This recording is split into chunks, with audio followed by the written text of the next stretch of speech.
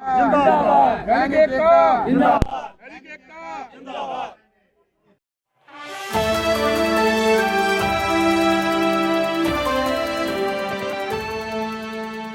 Cloud news. साथियों नमस्कार, मैं विवेक सिंह। क्लाउड न्यूज में आपका स्वागत है।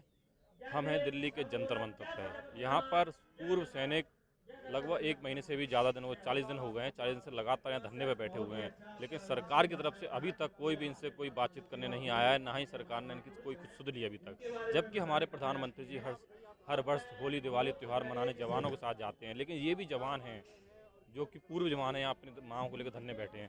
तो आज हम बात करेंगे। सर, लगभग 40 दिन हो गए हैं, 40 दिन से लगातार आप धरने पर बैठे हुए हो, सरकार की तरफ से कोई भी आपसे नहीं आया है। तो सर, क्या कारण है कि ऐसी क्या वजह है कि सरकार की तरफ से आपकी तरफ कोई भी आदमी नहीं आया? देखिए, हमारे में इस बात का कोई रोष नहीं है, कोई हमारे को ऐसी कोई गल नहीं है कि सरकार अभी तक क्यों नहीं आई। हमने सरकार को जगाने के लिए, उनके कानों तक अपनी आवाज़ पहुँचाने के लिए, जो साबका सैनिकों के साथ जो धोखे हुए हैं, जो अनजस्टिस हुई है, डिस्क्रिमिनेशन हुई है, उसके अगेंस्ट असी आवाज़ उठाने के लिए आए हैं। लेकिन सरकार के तक अब आवाज़ नहीं पहुँची, या सरकार नहीं सुन रही है, तो सरकार को ही सोचना है।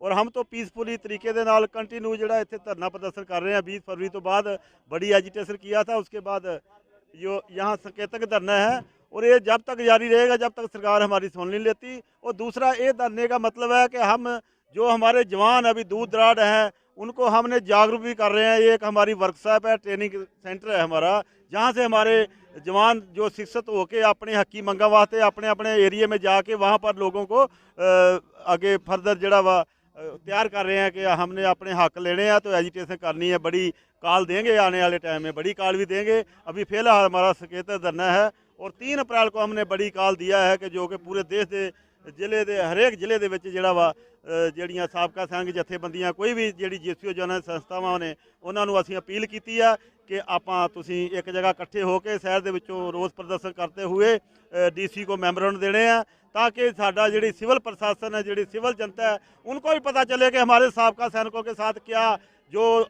जो कि उन परिवारों के बीच में, जैसे किसानों के बच्चे हैं, बहुजन समाज के बच्चे हैं, गरीब वर्ग के बच्चे ਜਿਹੜੇ ਆ डिफेंस ਦੇ ਵਿੱਚ ਜਾਂਦੇ ਆ, ਕਿਸੇ ਸਾਹੂਕਾਰ, ਕਿਸੇ ਐਮਐਲਏ ਐਮਪੀ ਉਲਟੀ ਬੱਚਾ ਜਿਹੜਾ ਵਾ डिफेंस ਦੇ ਵਿੱਚ ਨਹੀਂ ਜਾਂਦਾ।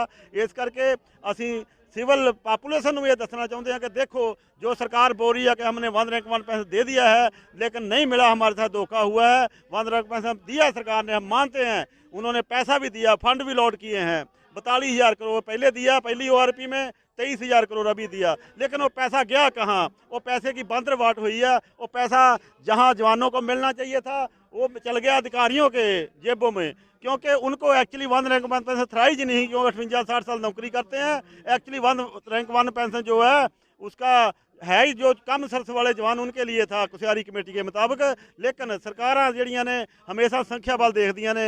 पहले जो संख्या बल अधिकारियों के पीछे था, लेकिन अभी जैसे हमारे साथ धोखे हुए हैं, तो अभी हम जो अधिकारियों के पीछे लगे हुए थे, अभी जैसे मसली पत्थर चाट के वापस आती है, तो हम भी अभी वापस आ गए अधिकारियों से, अपना जेसीओ जनरल संस्था बना के उनको गाइड कर रहे हैं। और हर एक स्टेट वाइज जहाँ से हम जो है रैलियाँ कर रहे हैं। अभी कल परसों असी उत्तराखंड गए हैं, वहाँ पर कोटद्वार में एक बहुत बड़ी रैली हुई है, उसके बाद रुड़की में हुई है।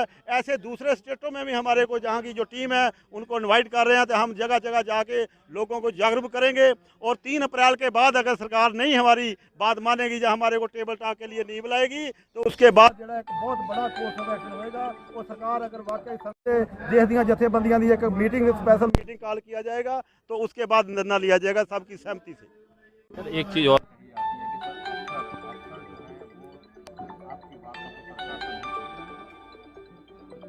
सर अफसर यही तो हमारे गिले शिकवे हैं कि हमने उनके ऊपर विश्वास किया, उनको हमने लीडर मांगा, आगू माना, लेकिन उन्होंने हमारे साथ विश्वासघात किया। अभी इसलिए हमारे को भी संविधान ने अधिकार दिए हैं। आप जैसे सिविल में एक IAS अफसर, मान लो एक चौकीदार का बच्चा IAS अफसर बन जाता है, क्या वो चौकीदार IAS अफसर चौकीदार जूनियर में काम करेगा, या चौकीदार जो IAS जूनियर में काम करे? उनके अलग अलग अधिकार क्षेत्र हैं। तो हमारे जवानों के अलग अधिकार है, अफसरों की अलग जूनियर बनी हुई है। लेकिन अफसोस के हमारा उन्होंने इस्तेमाल करके जवानों को, हमारे को बेड़ा बकरियाँ समझ के, हमारे कठ दिखा के सरकारों से बेनिफिट लिए हैं। अभी हम JCO जवान भी जागरूक हो गए हैं अपनी हकी मंगा वास्ते। संविधानिक तरीके के तहत हम अपना संविधान के मुताबिक असी सरकार से अपने जड़े हक मांगने आए हैं। बच्चा रोता है तो माँ दूध देती है। हम यहाँ दिल्ली कि जो अपना सरकार के दरवाजे पे आए हैं कि हमारे को भी जो हमारी मांगे हमारी पूरी करो। सर अभी आपने कहा 3 अप्रैल को हम शक्ति प्रदर्शन दिखाएंगे अलग अलग जिलों में, तो सर अलग अलग जिलों में ही रहेगा कि सर ये यहाँ जंतर मंतर पे नहीं, वो जहाँ तो हमारे को परमिशन ही 50-100 बंदे की मिलती है डेली, और जहाँ कभी कभी परमिशन में भी रुकावट आई है, परमिशन भी देने से मना किया, ले उसके लिए फिर हमने कोई कोर्स ऑफ एक्शन किए हैं। तो अभी जो है हमारा 3 अप्रैल का जो है हर एक डिस्ट्रिक्ट वाइज इकट्ठ होगा, जिले वाइज इकट्ठ होके वहाँ से भी सरकार को जरा पता चलेगा कि पूरा देश अभी जाग पाया। जिस जवान जड़े जो आप बोल रहे हो कि हमने दे दिया है, आज तक किसी सरकार ने दी, जो दिया हमने दिया, लेकिन वो सरकारों को पता चल जाएगा और सिविल पॉपुलेशन को पता चल जाएगा कि सरकार जो दावे कर रही है वो दावे झूठे हैं। धन्यवाद सर। तो ये थे हमारे साथ पूर्व सैनिक, इन्होंने अपनी बात को बखूबी रखा और उन्होंने कहा है जब तक हमारी सरकार मांगों को नहीं माने तब तक हम लगातार धरना शांतिपूर्वक करते रहेंगे। लेटेस्ट अपडेट पाने के लिए हमारे चैनल क्लाउड न्यूज को अभी लाइक करें, सब्सक्राइब करें और बेल आइकन दबाना बिल्कुल ना भूलें।